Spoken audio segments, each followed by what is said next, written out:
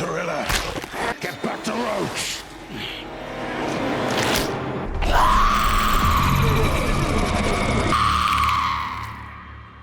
Don't run. I can't help myself if you run.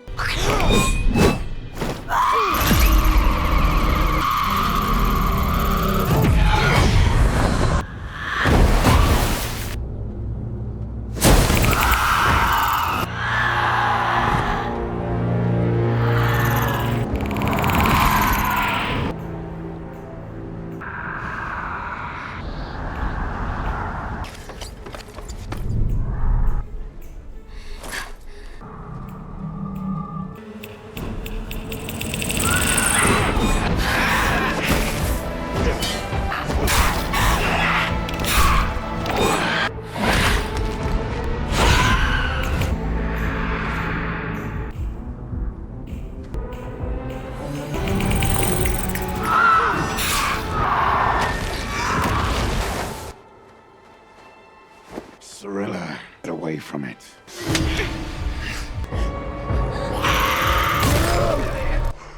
Sorry.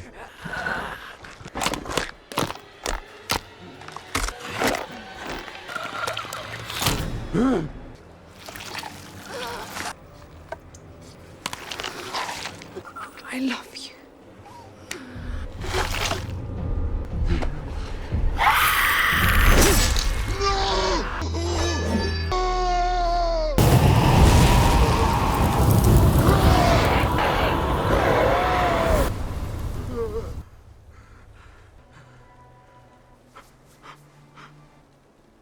The curse is lifted. It's all wrong! You're free now. This is what you call free. I found her in the woods, injured. She chose to stay.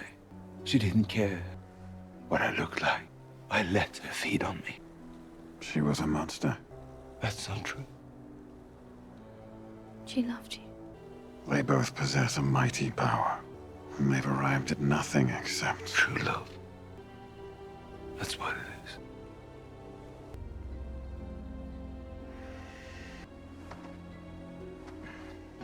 Use your sword. End this. I beg you.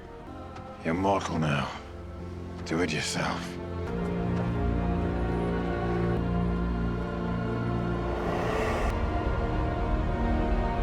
Geralt of Rivia, monster slayer witcher, and, surprisingly, a philosopher. Beyond the grunts and swordplay, Geralt constantly faces choices that would challenge anyone's moral compass.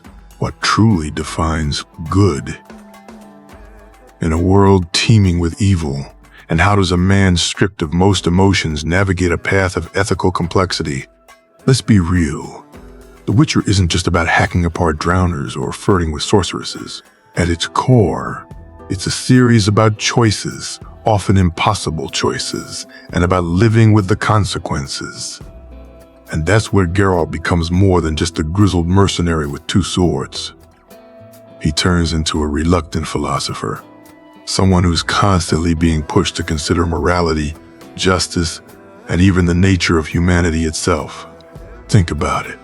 Geralt has been trained since childhood to suppress most emotions. Witcher mutations make him calm under pressure, resistant to fear, and supposedly detached from feelings. Yet paradoxically, this emotionless man is often the one most burdened by the weight of moral dilemmas. He might say things like, "Evil is evil, lesser, greater, middling makes no difference." That's straight out of Andrzej Sapkowski's books, and it sounds almost like something Aristotle or Kant could have said if they'd been out on the path slaying griffins. And let's unpack that statement for a second. Evil is evil. Geralt rejects the idea of choosing a lesser evil, even though in practice, he often ends up doing exactly that. Philosophers call this a moral absolutist stance. Kant, for example, would argue that lying is always wrong, no matter the situation. Geralt seems to believe the same about evil in general. But here's the twist. In the world he inhabits, there's rarely such a thing as a good choice. Almost every path leads to suffering, betrayal, or regret. Take the infamous Striga story from The Last Wish. Geralt is hired to lift the curse from King Foltest's daughter. He could have killed the monster outright, after all. It's been terrorizing the land. But instead, he takes the harder road. He locks himself in a crypt with a raging beast, knowing he might die, because he believes there's a possibility of saving an innocent girl. That's not just monster hunting.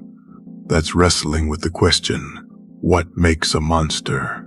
Is it the creature itself, or the curse that shapes it? Philosophically, this touches on something like existentialism. Think Sartre, who argued that existence precedes essence. In other words, it's not what we're born as, but what we choose to become that defines us. The Striga wasn't born. A monster circumstance made her that way.